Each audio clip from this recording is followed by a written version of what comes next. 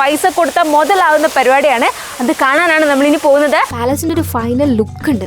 Full light on ആക്കിയിട്ടുള്ള ഒരു അടിപൊളി visual ആയിരുന്നു അത്.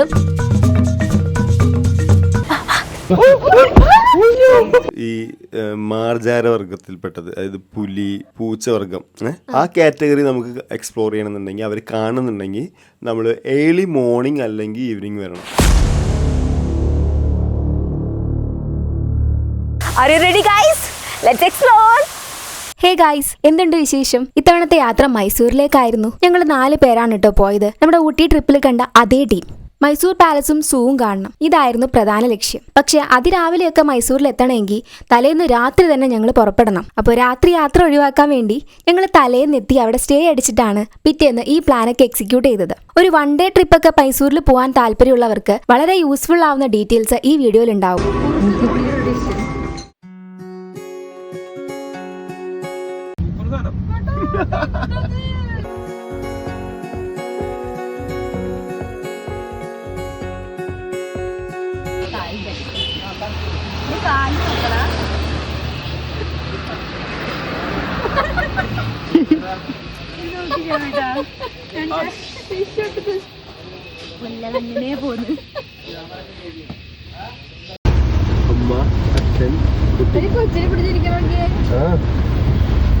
അപ്പുറത്തുണ്ട് ഫാമിലി, എന്തോ ദൂരത്തേക്ക് നോക്കിയിട്ട് ഇങ്ങനെ പ്രണയിക്കുന്നു.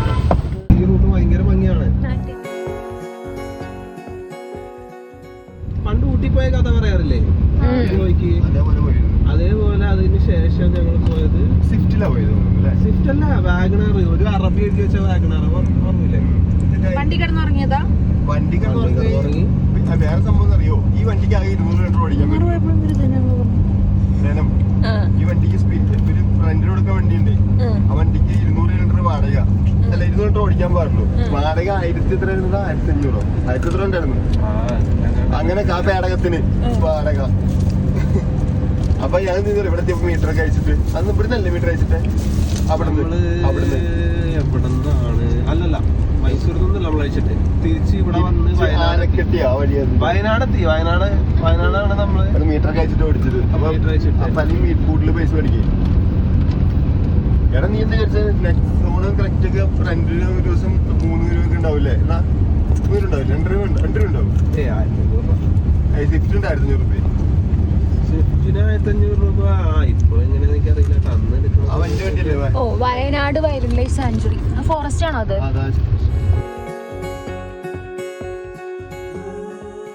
ഗുണ്ടൽപേട്ട് 36, മൈസൂർ എത്ര 94 കിലോമീറ്റർ അല്ലേ?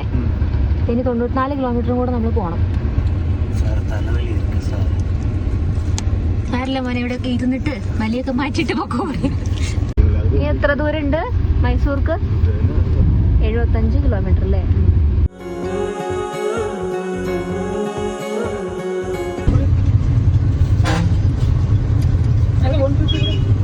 MYSOR ആണോ MYSUR ആണോ?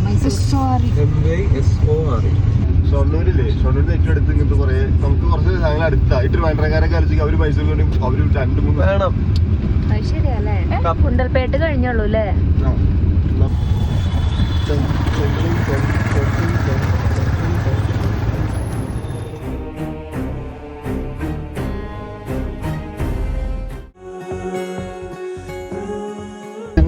റൊമാൻസിഫിക്കേഷൻ ഉണ്ടാവും. എന്താണ് റൂമിന്റെ പേരെന്താ? ടൗൺ ഹൗസ് ഓക്ക് പാലസ്. ഇതാണ് നമ്മളെവിടെ എത്തിയിരിക്കുകയാണ്? മൈസൂർ. ഇതാണ് നമ്മുടെ ഹോട്ടല്.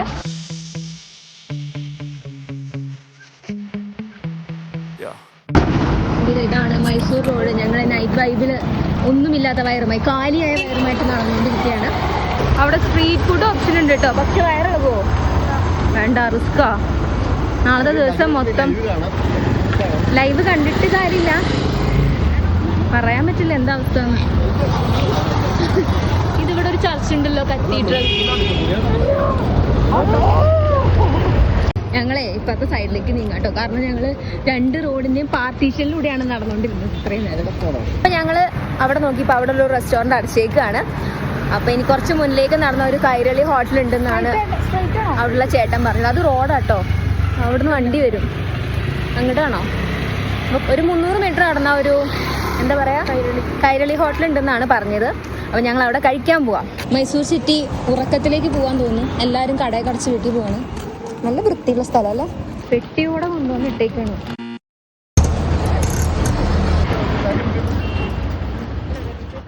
ഒരു ഹോട്ടലുണ്ട് കേട്ടോ, ഹോട്ടൽ സാവിപ്രിയ പറഞ്ഞിട്ട്.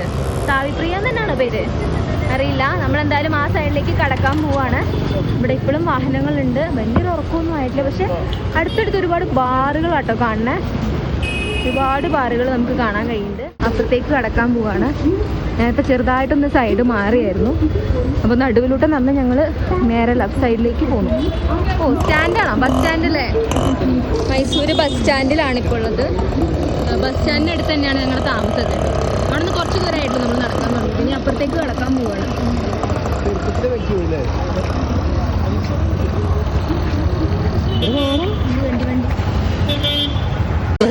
നിങ്ങളെന്താ കേരള കാണാതെ? എടാ കേരളടാ, ബാക്കിൽ കൈരളിയിലാണ് നമ്മൾ കയറാൻ പോകുന്നത്. ആ ചേട്ടനെ ഞങ്ങൾ വിശ്വസിക്കുകയാണ്. ഇതാണ് നമ്മുടെ ഹോട്ടൽ കേട്ടോ. എന്താ അവസ്ഥ എന്നറിയില്ല.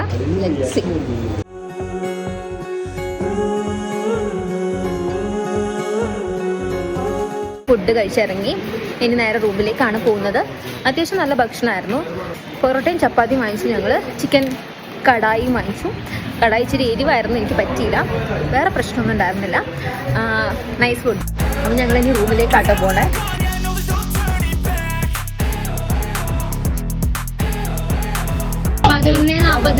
ഞങ്ങൾ മൈസൂർ ടൗണിലൂടെ ഫുഡും കഴിച്ച് തിരിച്ച് റൂമിലേക്ക് നടന്നുകൊണ്ടിരിക്കുകയാണ്. ഞങ്ങൾക്ക് കൂട്ടായിട്ട് 4 പേര് മുന്നിൽ ഫ്രണ്ടിൽ പോകുന്നുണ്ട്. 4 പശുക്കളല്ലേ അത്. ഞാൻ ഹോട്ടലിൽ തിരിച്ചെത്തിയേക്കാണ്. ഞങ്ങൾ ഇനി റെസ്റ്റ് എടുക്കാനാണ് പ്ലാൻ. അപ്പോൾ നാളെ രാവിലെ നമുക്ക് വീണ്ടും കാണാം. മൈസൂർ അടിച്ചു വിളിക്കാം. Okay, bye guys, good night. Good morning guys. ഫാനിൻ്റെ ഒക്കെ ശബ്ദമായിരിക്കും. എന്നിട്ടേ ഉള്ളൂ. നല്ല ക്ഷീണം ഉണ്ടായിരുന്നു.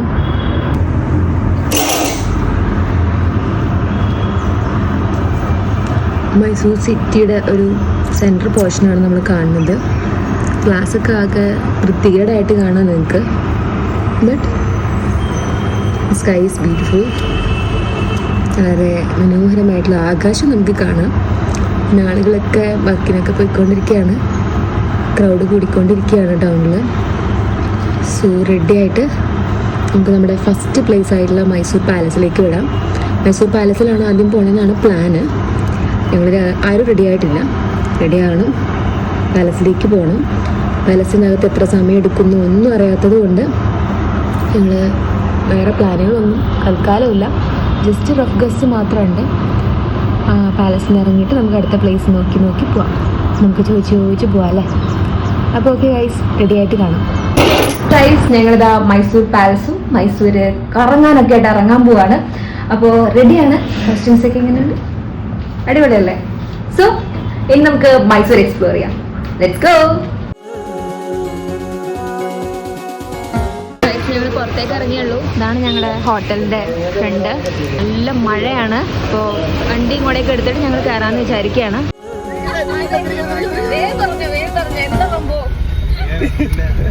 പിന്നെ കളിയാക്കിക്കൊണ്ടിരിക്കുകയായിരുന്നു. ഞാൻ നോക്കുമ്പോ രണ്ടാണ് ഞങ്ങളല്ലാന്നൊക്കെ ചെയ്യില്ല. ഞങ്ങളിതാ പോയിക്കൊണ്ടിരിക്കുന്നു. നമ്മൾ എന്തിനാണ് പോകുന്നത്? ഞാൻ ഫുഡ് കഴിക്കാൻ പോയിക്കൊണ്ടിരിക്കുകയാണ്. സമയം ഒരു അപ്പൊ ഇപ്പൊ നമ്മള് ബാംഗ്ലൂർ നീലഗിരി റോഡ് ഇവിടെയാണ് പോയിക്കൊണ്ടിരിക്കുന്നത്. പക്ഷേ ട്രാഫിക് കുറച്ച് സീനായതുകൊണ്ട് നമ്മൾ വിചാരിച്ച പോലെ ഫസ്റ്റ് ആയിട്ട് പോകാൻ പറ്റുന്നില്ല. വിഷ്ണു ഭവനോ? പക്ഷെ നമ്മൾ വിചാരിച്ച ഹോട്ടലിന്റെ അടുത്ത് പാർക്കിംഗ് ഇല്ലാത്തതുകൊണ്ട് ഞങ്ങൾ വിഷ്ണു ഭവനിലേക്കാണ് കയറാൻ പോണത്. അതെ, വിഷ്ണു ഭവൻ ആണ്. അല്ല, അവിടെ പാർക്കിംഗ് ഇല്ല ഗായ്സ്. വിഷ്ണു ഭവനിൽ കയറാട്ടോ. അവിടെ പാർക്കിംഗ് ഉണ്ട്. അതുകൊണ്ട് നമ്മളിവിടെ വണ്ടി വെച്ചിട്ട് കയറാൻ പോവാണ്. ഓക്കെ, ഇതാണ് നമ്മുടെ ഹോട്ടല്. നമുക്ക് ബ്രേക്ക്ഫാസ്റ്റ് കഴിക്കാം. ഗൈസ്, ഞങ്ങളിതാ ബ്രേക്ക്ഫാസ്റ്റ് കഴിക്കാൻ ഇറങ്ങിയേക്കാണ്. താഴേക്ക് ഇറങ്ങിപ്പോകുന്ന ഒരു സെറ്റപ്പാണ് ഈ ഹോട്ടലിനുള്ളത്. സോ നല്ല ഭക്ഷണം കിട്ടും നമുക്ക് പ്രതീക്ഷിക്കാം. അതാരത് പോണേ. യെസ് ഗൈസ്, നമ്മുടെ ഹോട്ടൽ കൊള്ളാം. നല്ല ആംബിയൻസും നല്ല സെറ്റപ്പൊക്കെയാണ്. നൈസ്. എന്താ കഴിക്കാനുള്ളത് നോക്കാട്ടോ ഇനി.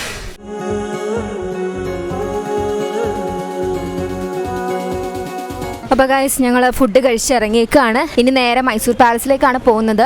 ഒന്നുകൂടെ കാണിച്ചു തരാം. ഇതാണ് നമ്മുടെ ഹോട്ടല് വിഷ്ണു ഭവൻ. നല്ല ഭക്ഷണമായിരുന്നു. ഫുഡിന് എത്ര എങ്ങനെ ഉണ്ടായിരുന്നു?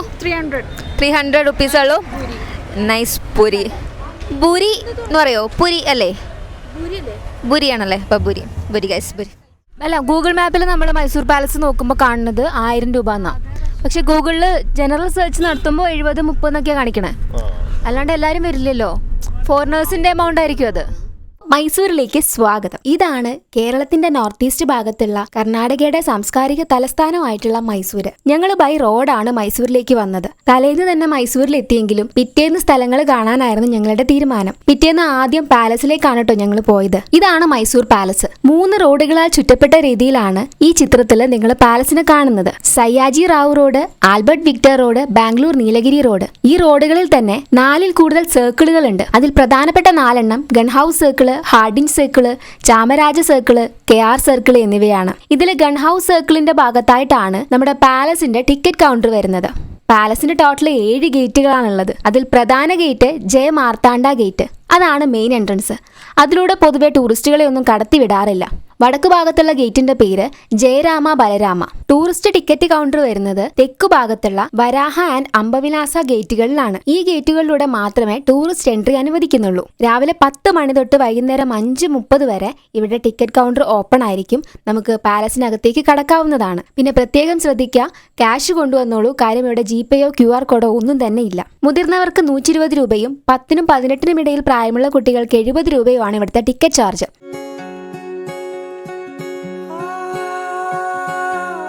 ഞങ്ങൾ 4 പേരുണ്ടായിരുന്നത് കൊണ്ട് 480 രൂപയായിരുന്നു ടിക്കറ്റ് ചാർജായിട്ട് വന്നത്. എൻട്രൻസിന്റെ തൊട്ട് മുന്നേ ഭാഗത്ത് ഗാർഡനൊക്കെയാണ്. ഗാർഡനൊക്കെ കടന്നിട്ട് വേണം നമ്മൾ പാലസിലേക്ക് എത്താൻ. എൻട്രൻസിൽ നിന്നും ഒരു 150 മീറ്റർ അകലെയായിട്ടാണ് പാലസ് നിൽക്കുന്നത് എന്ന് മനസ്സിലാക്കാം. പാലസിലേക്ക് എൻട്രി ചെയ്യുന്ന ഭാഗത്ത് ചെരുപ്പുകളൊക്കെ വെക്കാനുള്ള സ്ഥലമുണ്ട്. ചെരുപ്പിട്ട് പാലസിനകത്തേക്ക് അവർ കടത്തി വിടുന്നുണ്ടായിരുന്നില്ല. അങ്ങനെ ചെരുപ്പുകളൊക്കെ കവറിലാക്കി നൽകിയാണ് ഞങ്ങൾ അകത്തേക്ക് പോയത്. നമ്മുടെ കേരളത്തിലും ഒരുപാട് കൊട്ടാരങ്ങളുണ്ട്. എന്നാൽ അവയിൽ നിന്നൊക്കെ വ്യത്യസ്തമായിട്ട് മൈസൂർ പാലസിനെ മാറ്റി നിർത്തുന്നത് അതിന്റെ ചരിത്രമാണ്. മൈസൂർ പാലസിന്റെ അതിജീവനത്തിന്റെ കഥ, 4 തവണകളായി ഉയർത്തെഴുന്നേറ്റ കഥ. 14ാം നൂറ്റാണ്ടിലാണ് ഈ സ്ഥലത്ത് ആദ്യമായിട്ടൊരു കൊട്ടാരം പണികഴിപ്പിക്കുന്നത്. എന്നാൽ വോഡയാർമാർ നിർമ്മിച്ച തടി കൊണ്ടുള്ള ആ കൊട്ടാരം 1638 മിന്നലാക്രമണത്തിൽ നശിച്ചു പോവുകയാണ്. തുടർന്ന് 1638 തന്നെ രാജാവ് കാന്തിരവ നരസരാജ വോഡയാർ പാലസ് പുനർനിർമ്മിച്ചു. ഇപ്പോഴുള്ള കൊട്ടാരത്തിന്റെ ചില ഘടനകളും കൂടാരങ്ങളും ഒക്കെ അന്നത്തെ പുനർനിർമ്മാണത്തിലുള്ള അദ്ദേഹത്തിന്റെ ആശയങ്ങളായിരുന്നു. എന്നാൽ പുതിയ കെട്ടിടത്തിനും അധികം ആയുസ് ഉണ്ടായിരുന്നില്ല.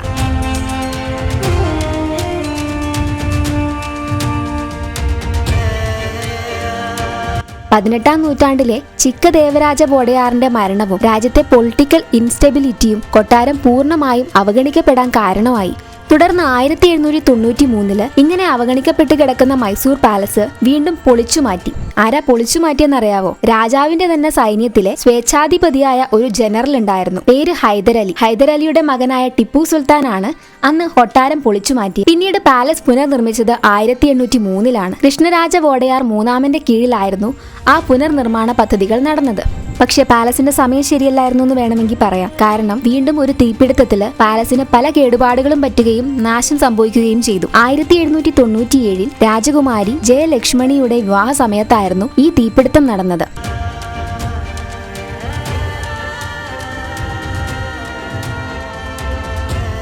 1912 തീപിടുത്തത്തിലുണ്ടായ എല്ലാ പ്രശ്നങ്ങളും പരിഹരിച്ചുകൊണ്ട് എല്ലാ നാശങ്ങളും നികത്തിക്കൊണ്ട് കൊട്ടാരം ഇന്ന് കാണുന്ന രൂപത്തിൽ പണി പൂർത്തിയാക്കിയത്. ബ്രിട്ടീഷ് വാസ്തുശില്പിയായ ഹെൻറി ഇർവിന്റെ നേതൃത്വത്തിലായിരുന്നു അന്ന് 41 ലക്ഷത്തോളം രൂപ ചെലവില് ഈ പണി പൂർത്തിയാക്കുന്നത്. ഇന്ന് കാണുന്ന രൂപത്തിലേക്ക് മൈസൂർ പാലസിനെ എത്തിച്ചത്.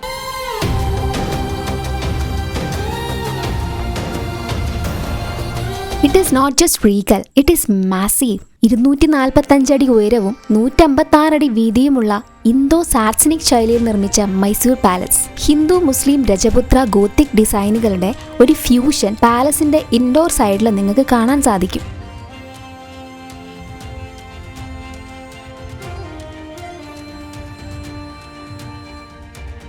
പുറത്ത് 145 അടി ഉയരത്തിൽ നിൽക്കുന്ന താഴികക്കുടമാണെങ്കിൽ അകത്ത് ഗംഭീരമായ കാഴ്ചകൾ വേറെയുണ്ട്. സ്റ്റെയിൻഡ് ഗ്ലാസ് താഴികക്കുടവും ഗ്ലേസ്ഡ് ടൈൽ ഫ്ലോറിങ്ങോട് കൂടിയ വിവാഹ ഹാളും ദസറ സമയത്ത് മാത്രം കാണിക്കുന്ന സുവർണ സിംഹാസനവും പാവകളും പ്രൗഢിയോടെ തലയുയർത്തി നിൽക്കുന്ന തൂണുകൾ, അലങ്കരിച്ച സീലിംഗോട് കൂടിയ ദർബാർ ഹാൾ, രാജകീയ ആനകൾ ഒരിക്കൽ വഹിച്ചുകൊണ്ടിരുന്ന ഗോൾഡൻ ഹൗഡയുണ്ട് അവിടെ.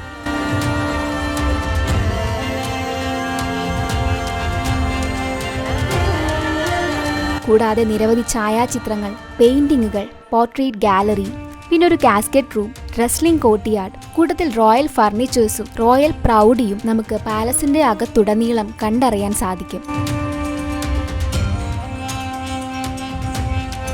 കൊട്ടാരം വെറുമൊരു സ്മാരകമല്ല, അതിന്റെ ചുവരുകൾക്കുള്ളിൽ ശ്വേതവരാഹസ്വാമി പോലുള്ള ക്ഷേത്രങ്ങളും ആരാധനാലയങ്ങളുമുണ്ട്. ഇവിടെ ഏറ്റവും പ്രാധാന്യമുള്ള ഫെസ്റ്റിവലാണ് മൈസൂർ ദസറ. ദസറ സമയത്ത് മാത്രം കാണിക്കുന്ന സുവർണ സിംഹാസനത്തെക്കുറിച്ചും പാവകളെക്കുറിച്ചും പറഞ്ഞത് നിങ്ങൾക്ക് ഓർമ്മയുണ്ടാവും. ചാമുണ്ഡി ഹില്ലിൽ സ്ഥിതി ചെയ്യുന്ന ചാമുണ്ടേശ്വരി ടെമ്പിളിലെ പൂജയോടുകൂടിയാണ് ദസറ ആരംഭിക്കുന്നത്. വിജയദശമി ദിനത്തിൽ നടക്കുന്ന ജംബോ സവാരിയും 97,000 ബൾബുകൾ കത്തിച്ചു തിളങ്ങുന്ന പാലസും ഈ ദസറയുടെ മറ്റു പ്രത്യേകതകളാണ്. ഇത് കാണാൻ വേണ്ടി മാത്രമായിട്ട് പല ദിക്കിൽ നിന്നും ആളുകൾ ഈ സമയത്ത് ഇവിടെ എത്തിച്ചേരാറുണ്ട്. ഇവിടുത്തെ ടിക്കറ്റ് കൗണ്ടറിൽ ജിപേ QR കോഡ് സൗകര്യങ്ങളില്ല. ക്യാഷ് മാത്രമേ അവർ അലോ ചെയ്യുന്നുള്ളൂ. രണ്ടാമത്തത്, ടിക്കറ്റ് പ്രത്യേകം ടേക്ക് കെയർ ചെയ്യാൻ അവർ ടിക്കറ്റിൽ തന്നെ എഴുതിയിട്ടുണ്ട്. കാരണം അത്രയും ക്രൗഡ് ഉള്ളതുകൊണ്ട് ടിക്കറ്റ് നഷ്ടപ്പെട്ടു പോയാൽ റീഫണ്ടോ അല്ലെങ്കിൽ മറ്റ് പരിഹാരങ്ങളോ ഒന്നും പ്രതീക്ഷിക്കരുത്. അതുപോലെ ചപ്പൽ കൗണ്ടറിൽ നിന്ന് കിട്ടുന്ന ടോക്കണും പ്രത്യേകം സൂക്ഷിക്കാൻ ശ്രദ്ധിക്കുക. പ്രതീക്ഷിച്ചതിലും കൂടുതൽ സമയം ഞങ്ങൾ പാലസിൽ ചെലവഴിച്ചു. രാജകീയതയുടെയും ആഡംബരത്വത്തിന്റെയും പ്രൗഢി കണ്ടിട്ടും മതിയാവുന്നുണ്ടായിരുന്നില്ല. പിന്നെ സാധാരണ പോലെ ഒത്തിരി ഫോട്ടോസും വീഡിയോസും ഒക്കെ എടുത്ത് ഞങ്ങൾ പാലസിൽ നിന്നിറങ്ങി.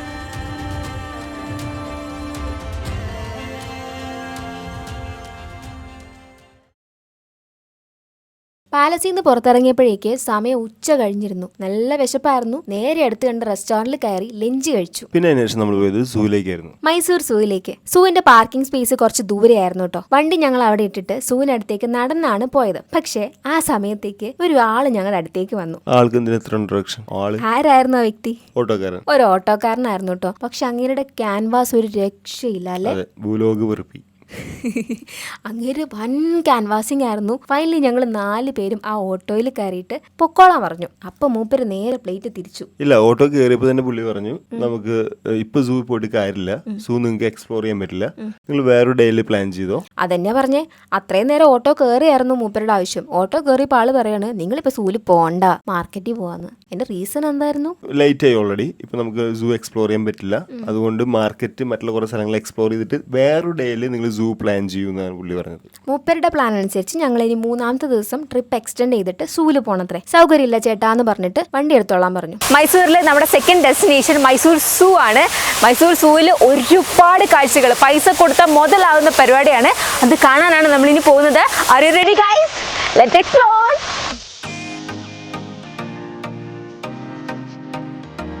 പാലസിൽ നിന്ന് സൂവിലേക്ക് ഒരുപാട് ദൂരം ഉണ്ടായിരുന്നോ? അറൗണ്ട് 1.8 കിലോമീറ്റർ ഉണ്ട്. അറൗണ്ട് എന്ന് പറഞ്ഞിട്ട് കറക്റ്റ് ആണല്ലോ. ഒരു 4-5 മിനിറ്റ് എടുത്തുള്ളൂ കേട്ടോ. അവിടെ പാലസിന്റെ ടിക്കറ്റ് കൗണ്ടറിന് മുന്നിലത്തെ സർക്കിൾ ഉണ്ട് ഒരെണ്ണം. അതിന്റെ പേരെന്തായിരുന്നു? Gun house circle. അവിടെ നിന്ന് നമ്മള് തൊട്ട് മുന്നിലത്തെ റോഡ് കയറിയിട്ടാണ് സൂലേക്ക് വന്നത്. ആ റോഡിന് പേര് എന്തേലും?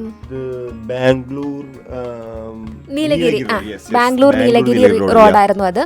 അതായത് നമ്മുടെ പാലസിന്റെ ടിക്കറ്റ് കൗണ്ടറിന് മുന്നിലുള്ള ഗൺ ഹൗസ് സർക്കിളിൽ നിന്ന് ബാംഗ്ലൂർ നീലഗിരി റോഡ് കയറിയിട്ടാണ് സൂവിലേക്ക് വരേണ്ടത്. ഓർത്ത് വെച്ചോളൂ കേട്ടോ. ഇനി സൂ രാവിലെ 8:30 മുതൽ ഈവനിങ് 5:30 വരെ ഉണ്ട്. നിങ്ങൾക്ക് അത്രയും നേരം ഇവിടെ പ്രവേശിക്കാവുന്നതാണ്. സാധാരണ എല്ലാ സൂവും അങ്ങനെയാണ് അല്ലെ, ഏകദേശം ആ ഒരു സമയത്ത് തന്നെയാണ് വരുന്നത്. പക്ഷേ ഈ സൂവിന് ഒരു സ്പെഷ്യാലിറ്റി ഉണ്ട്. എന്താണത്? അതായത് സാധാരണ സൂ ഒക്കെ മൺഡേ ക്ലോസിംഗ് ആയിരിക്കും. അതെ, എല്ലാ സൂവും മൺഡേ ആണ് ക്ലോസിംഗ് വരുന്നത്. പക്ഷേ ഇവിടെ ട്യൂസ്ഡേ ആണ്. ബാക്കി ഹോളിഡേയ്സ് ഓക്കെ. സാധാരണ സൂ മൺഡേയും ബാക്കി ഹോളിഡേയ്സും ലീവ് ആയിരിക്കുമെങ്കിൽ മൈസൂർ സൂ ട്യൂസ്ഡേയും ബാക്കി ഹോളിഡേയ്സും ലീവ് ആയിരിക്കും. വരുന്ന ആളുകൾ നോട്ട് ചെയ്തോളും. പിന്നെ ഇവിടെ ഒരാൾക്ക് 120 രൂപയും 5 മുതൽ 12 വയസ്സ് വരെയുള്ള കുട്ടികൾക്ക് 60 രൂപയാണ് ടിക്കറ്റ് ചാർജ്. മറ്റ് ചാർജുകളും ഫീകളും ഒക്കെ എത്രയാണെന്ന് നിങ്ങൾക്ക് സ്ക്രീനിൽ കാണാൻ പറ്റും കേട്ടോ. മൈസൂർ സൂ എന്ന് പറയുന്നുണ്ടല്ലോ. ശരിക്കും ഇതിന്റെ പേരെന്താ അറിയോ? ശരിക്കും ഇതിന്റെ പേര് ശ്രീ ചാമരാജേന്ദ്ര സുവോളജിക്കൽ ഗാർഡൻ അല്ലേ? ഈ പുള്ളി ആരാന്നറിയോ? ഈ പുള്ളി മൈസൂരിന്റെ ഭരണാധികാരിയായിരുന്നു. പുള്ളി 1892 ഈ സൂ സ്ഥാപിച്ചത്. അറൗണ്ട് ഇപ്പോൾ 100 years ഒക്കെ ഉണ്ടാവും. അത് കേട്ട് എന്താ വെച്ചാൽ പൊതുവേ നമ്മുടെ രാജകുടുംബത്തിലെ ആളുകൾ ഇത്തരം സൂ പോലെയുള്ള കാര്യങ്ങളൊക്കെ സ്ഥാപിക്കുന്നതും മറ്റും രാജകുടുംബത്തിന്റെ വിനോദത്തിന് വേണ്ടിയിട്ടാണ്. പക്ഷെ മൂപ്പര് ചെയ്തേക്കുന്നത് ഈ വന്യജീവികളെ കുറിച്ച് ജനങ്ങൾക്ക് അവയർനെസ് ഉണ്ടാവാൻ വേണ്ടിയിട്ട് ആണ് ഈ ഒരു സൂ സ്ഥാപിച്ചിട്ടുള്ളത് എന്നാണ് ഇവരുടെ ലക്ഷ്യത്തിൽ തന്നെ പറയുന്നത്.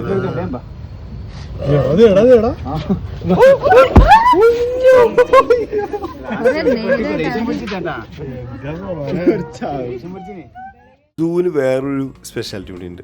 എന്താ അറിയോ? എന്താ അത്? അതായത് മറ്റുള്ള സൂവിനെ കമ്പയർ ചെയ്യുമ്പോൾ ഇവിടുത്തെ ആനിമൽസിന് അവരുടെ ഓൺ എക്കോസിസ്റ്റം തന്നെയാണ് അവിടെ ബിൽഡ് ചെയ്ത് വെച്ചിരിക്കുന്നത്. നമ്മളത് ഇടയ്ക്കിടയ്ക്ക് നോട്ട് ചെയ്യുന്നുണ്ടായിരുന്നു. കാരണം ഏക്കർ കണക്കിന് സ്ഥലമാണ് അവർ ഓരോ ജീവിക്കും വേണ്ടിയിട്ട് സെപ്പറേറ്റ് ആയിട്ട് കൊടുത്തേക്കുന്നത്. ഇപ്പൊ ഒരു ഗൊറില്ലേനെ എടുത്തു കഴിഞ്ഞാൽ എത്രയോ വലിയൊരു ഏരിയ തന്നെ അവനും അവന്റെ ടീമിലുള്ള ആൾക്കാർക്കും താമസിക്കാൻ വേണ്ടി മാത്രം അവർ കൊടുത്തേക്കാം. അതായത് ഒരു ജീവി എങ്ങനെയാണോ കാട്ടിൽ താമസിക്കുന്നത് അത്രയും സൗകര്യത്തില് അവന്റെ ആവാസ വ്യവസ്ഥയ്ക്ക് അനുസരിച്ചിട്ട് ഒരു ഏരിയനെ അവർ ക്രിയേറ്റ് ചെയ്തിരിക്കുന്നു. അത് ഭയങ്കര ഡിഫറെന്റ് ആയിട്ട് ഫീൽ ചെയ്തു. ഇത് തുടക്ക സമയത്ത് ഒരു 10.9 ഏക്കറിൽ തുടങ്ങിയ ഒരു പ്രൊജക്റ്റ് ആണ്. പക്ഷേ ഇപ്പൊ ഇത് 157 ഏക്കർ വരുന്നുണ്ട്. അത്രയും സ്പേസ് ഉണ്ട് അവിടെ. അത് പല രീതിയിലുള്ള തൊട്ടടുത്തുള്ള സ്ഥലങ്ങളൊക്കെ കൂട്ടിച്ചേർത്ത് അവർ എക്സ്പാൻഡ് ചെയ്തതാണ്. പക്ഷെ അത്രയും ആവശ്യമുണ്ട്. നിലവിലിപ്പോൾ 25-ലധികം രാജ്യങ്ങളെ റെപ്രസെന്റ് ചെയ്യുന്ന 150 ഇനം ജീവിവർഗങ്ങൾ ഇവിടെ ഉണ്ട്. സോ ടോട്ടൽ ഏതാണ്ട് അറൗണ്ട് ഒരു 1450 സ്പെസിമെൻ ഉണ്ട് ഇവിടെ. അതെ അതെ. പിന്നെ പ്രൈമേറ്റുകളുണ്ട്, ആൻഡലോഫുകളുണ്ട്, വലിയ വലിയ സസ്തിനികളുണ്ട്, ജലപക്ഷികളുണ്ട്, ഭൗമപക്ഷികളുണ്ട്, ഉരകങ്ങളുണ്ട്. അങ്ങനെ പറഞ്ഞു വരുമ്പോൾ ഒരുപാട് ജീവിവർഗങ്ങളുണ്ട്. പക്ഷെ നമ്മളൊന്നും ആലോചിക്കണം, 3 കിലോമീറ്റർ നടന്നിട്ടാണ് ഈ പറഞ്ഞ ആനിമൽസിനെ മൊത്തം ടൂറിസ്റ്റ് എക്സ്പ്ലോർ ചെയ്യുന്നത്. സത്യമാട്ടോ. ഇവർ ഈ ഏക്കർ കണക്കിന് സ്ഥലത്ത് കിടക്കും എന്നുള്ളത് മാത്രമല്ല, വരുന്ന എല്ലാവരും അത്രയും സ്ഥലം ചുറ്റിയടിച്ച് കാണണം. പക്ഷെ അവര് കാണാനുള്ള എക്സൈറ്റ്മെന്റ് കൊണ്ട് നമ്മളത് നടക്കുന്നത് ഒട്ടും തളർച്ച ഉണ്ടായിരുന്നിട്ടില്ല. പക്ഷെ ഇനി അഥവാ നിങ്ങൾക്ക് ക്ഷീണം തോന്നിയാലും സന്ദർശകർക്ക് വേണ്ട എല്ലാ സൗകര്യങ്ങളും സൂവിനുള്ളിലുണ്ട് കേട്ടോ. നടക്കാൻ കഴിയാത്തവർക്ക് വേണ്ടിയിട്ട് അവർ ബാറ്ററിയിലുള്ള വാഹനങ്ങൾ ഒരുക്കിയിട്ടുണ്ട്. ഇനി വയ്യാത്തവർക്ക് വീൽ ചെയർ ഉണ്ട്, ഷെൽട്ടേഴ്സ് ഉണ്ട്, റെസ്റ്റിംഗ് ബെഞ്ച് ഉണ്ട്, റെസ്റ്റോറന്റ് ഉണ്ട്, ലഗേജ് റൂം ഉണ്ട്, ഫുഡ് കോർട്ട് ഉണ്ട്, പിന്നെ ഫസ്റ്റ് എയ്ഡ് ഫെസിലിറ്റി അവൈലബിൾ ആണ്.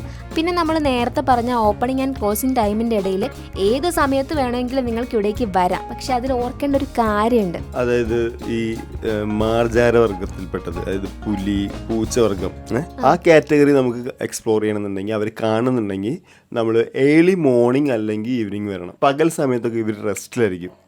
അപ്പോൾ ഈ മോർണിംഗ് ടൈമിലും ഈവനിങ് ടൈമിലാണ് അവർ കാണാനുള്ള ഒരു സാഹചര്യമുള്ളൂ. അല്ല, ഈ ഓരോ മനുഷ്യർക്ക് ഓരോ റുട്ടീനും പരിപാടിയുള്ള പോലെ ഓരോ കാറ്റഗറി ആനിമൽസിന് അവരുടേതായിട്ടുള്ള ഒരു ലൈഫ് സ്റ്റൈൽ ഉണ്ട്.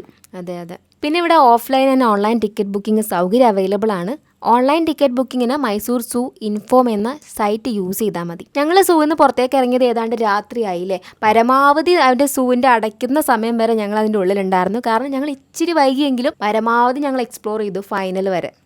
അപ്പോൾ ഗൈസ്, മൈസൂർ സൂ നമ്മൾ അടിപൊളിയായിട്ട് എക്സ്പ്ലോർ ചെയ്തു. മൈസൂർ വരികയാണെങ്കിൽ Mysore zoo must visit place ആണ്. Now let's exit. സൂവിന്ന് പരിപാടിയൊക്കെ കണ്ടു കഴിഞ്ഞ് ഇറങ്ങുമ്പോഴേക്ക് സമയം അത്യാവശ്യം രാത്രി ആയിട്ടുണ്ടായിരുന്നു. പകൽ വെളിച്ചത്തിലാണ് കയറിയതെങ്കിലും ഇറങ്ങുമ്പോഴേക്ക് ഇരുട്ടായിരുന്നു സാരം. അപ്പൊ നെക്സ്റ്റ് ഞങ്ങൾ നേരെ പോയത് മൈസൂർ പാലസിലേക്കാണ്. അതെ, അവിടെ ഒരു ലൈറ്റ് ആൻഡ് സൗണ്ട് ഷോ നടക്കുന്നുണ്ടായിരുന്നു. സത്യം. കാരണം ഞാനിത് പറയുമ്പോൾ നിങ്ങൾ വിചാരിക്കുന്നുണ്ടാവും ഇവരെന്തിനാ വീണ്ടും പാലസിലേക്ക് പോയെന്ന് മാത്രമല്ല, 120 രൂപ എക്സ്ട്രാ വീണ്ടും ഒരാൾക്ക് ടിക്കറ്റ് എടുത്തിട്ടാണ് ഞങ്ങൾ അകത്തേക്ക് കയറിയത്. സെയിം പ്രൈസ് ആയിരുന്നു മോർണിംഗിലും. അതിപ്പോൾ ടോട്ടൽ 450 രൂപ ഞങ്ങൾ രാത്രിയും അവിടെ ടിക്കറ്റ് എടുത്തു. അത് ഈ ഒരു സ്പെഷ്യൽ ആയിട്ടുള്ള ലൈറ്റ് ആൻഡ് സൗണ്ട് ഷോ കാണാൻ വേണ്ടി മാത്രമായിരുന്നു കേട്ടോ. ഞങ്ങൾ എത്തുമ്പോഴേക്കും ഒരുപാട് പേരുണ്ടായിരുന്നു കേട്ടോ അവിടെ. എല്ലാവരും കസേരയിലൊക്കെ ഇരുന്ന് ഞങ്ങൾ അവസാനം ഏറ്റവും പിന്നിലേക്ക് പോയിട്ടാണ് ഇരുന്നത്. പക്ഷെ പരമാവധി വിഷ്വൽസ് റെക്കോർഡ് ചെയ്യാൻ ഞങ്ങൾ ശ്രദ്ധിച്ചിട്ടുണ്ട്. അത് നിങ്ങൾക്ക് ഈ വീഡിയോയിൽ കാണാനും സാധിക്കും. ആക്ച്വലി അത് ശരിക്കും ആ ഷോ ഭയങ്കര രസമുള്ള എക്സ്പീരിയൻസ് ആയിരുന്നു. ആ ഒരു ഈവനിങ് ആംബിയൻസിൽ അതിരുന്ന് കാണുക പറയുമ്പോൾ മൈസൂർ, അതായത് പാലസ് നമ്മൾ പകല് കാണുന്ന ഒരു മൂഡേ അല്ല ശരിക്കും രാത്രി. അത് ലൈറ്റിങ്ങും പരിപാടിയും. പിന്നെ അതിന് മുകളിൽ പ്രൊജക്ഷൻ ഉണ്ടായിരുന്നു. അതായത് പാലസിന്റെ മുകളിൽ ഈ ഹിസ്റ്ററി, ആ ഒരു പ്രൊട്ടസ്റ്റ്, പിന്നെ ഭരണം മാറിയതിന്റെ പരിപാടികൾ, കാര്യങ്ങളൊക്കെ ആയിട്ട് ഒരു ഹിസ്റ്റോറിക്കൽ മ്യൂസിക്കൽ ഷോ ആയിരുന്നു ആക്ച്വലി അത്. അതായത് നമ്മൾ രാവിലെ വന്ന് ഇതൊക്കെ കണ്ടു പോകുമ്പോൾ ചിലർക്ക് ഇതൊന്നും അറിയില്ല. ഒരു ബിൽഡിംഗ് ഇങ്ങനെ കെട്ടിപ്പൊക്കിയ ഒരു കൊട്ടാരം ഉണ്ട് എന്നുള്ളതല്ലാതെ വേറൊന്നും അറിയാണ്ട് പോകുന്ന ആൾക്കാരുണ്ട്. അപ്പൊ അതേ ആളുകൾ രാത്രി വന്നാൽ അവർക്ക് ഈ ഹിസ്റ്ററി മൊത്തം അറിയാൻ പറ്റും. ഒരു വോയിസ് ഓവറിൽ ഒരു ഇതിലാണ് അവർ ഇൻഫർമേഷൻസ് പറയുന്നത്. അതിനോടൊത്തൊരു മ്യൂസിക് ഉണ്ടായിരുന്നു. മ്യൂസിക്കിന് താളം പിടിക്കുന്നതിനനുസരിച്ചിട്ടായിരുന്നു അവരവിടെ ലൈറ്റ് അറേഞ്ച്മെന്റ്സ് ചെയ്തിട്ടുണ്ടായിരുന്നത്. ഭയങ്കര ബ്യൂട്ടിഫുൾ ആയിരുന്നു കേട്ടോ.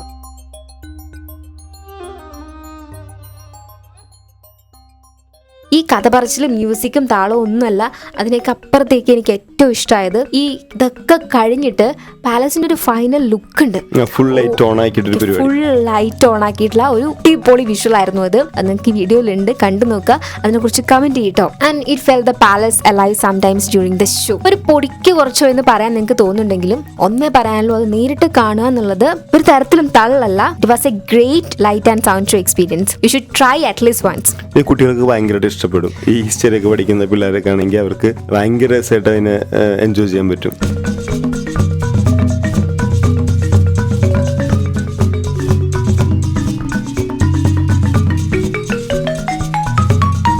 ഈ ഫൈനൽ ലുക്ക് കാണിച്ചപ്പോൾ തന്നെ അവിടെ ഇരുന്ന സകല ആൾക്കാരും ഓ എന്നൊരു സൗണ്ട് ഇട്ടു. കോറസ് ആയിരുന്നു അത്. പല ദിക്കിന്ന്, പല സ്ഥലത്ത് നിന്ന്, പല സ്വഭാവമുള്ള ആളുകൾ വന്നിരുന്നിട്ട് ആ ലുക്കിന്റെ എഫക്റ്റ് ആയിരുന്നു അവരുടെ ഇതിൽ നിന്ന് വന്ന ആ ഒരു സൗണ്ട്.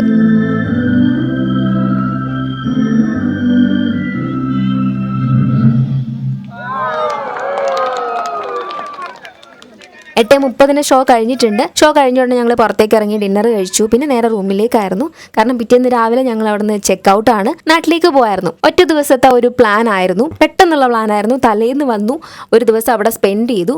മെയിൻ ആയിട്ട് സൂവും പാലസും തന്നെയായിരുന്നു. ഒത്തിരി സ്ഥലങ്ങളുണ്ട് കേട്ടോ. അതിന്റെ ചുറ്റുവട്ടത്ത് തന്നെ ഒരുപാട് കാര്യങ്ങൾ കാണാനുണ്ടായിരുന്നു. പക്ഷെ ഞങ്ങൾ ഇതുവരെ മൈസൂരിൽ സൂവും പാലസും എക്സ്പ്ലോർ ചെയ്തിട്ടില്ല. മെയിനായിട്ട് ഞാൻ ഇതുവരെ വന്നിട്ടില്ല. എന്നാലും ഞങ്ങൾ അത് എൻജോയ് ചെയ്തു. 3 ഡിഫറെന്റ് എക്സ്പീരിയൻസ്, പാലസിന്റെ ഡേ എക്സ്പീരിയൻസ്, നൈറ്റ് എക്സ്പീരിയൻസ്, സൂവിന്റെ എക്സ്പീരിയൻസ്. ഒരു നല്ല യാത്രയായിരുന്നു. ഇനി മൈസൂർ യാത്ര നിങ്ങൾ ആസ്വദിച്ചെങ്കിൽ do like, comment, share and also subscribe ചെയ്യാൻ മറക്കരുത്. അപ്പോൾ വീണ്ടും സന്ധിക്കും വരെ വണക്കം. വീണ്ടും കാണാം. Okay, bye. ബൈ.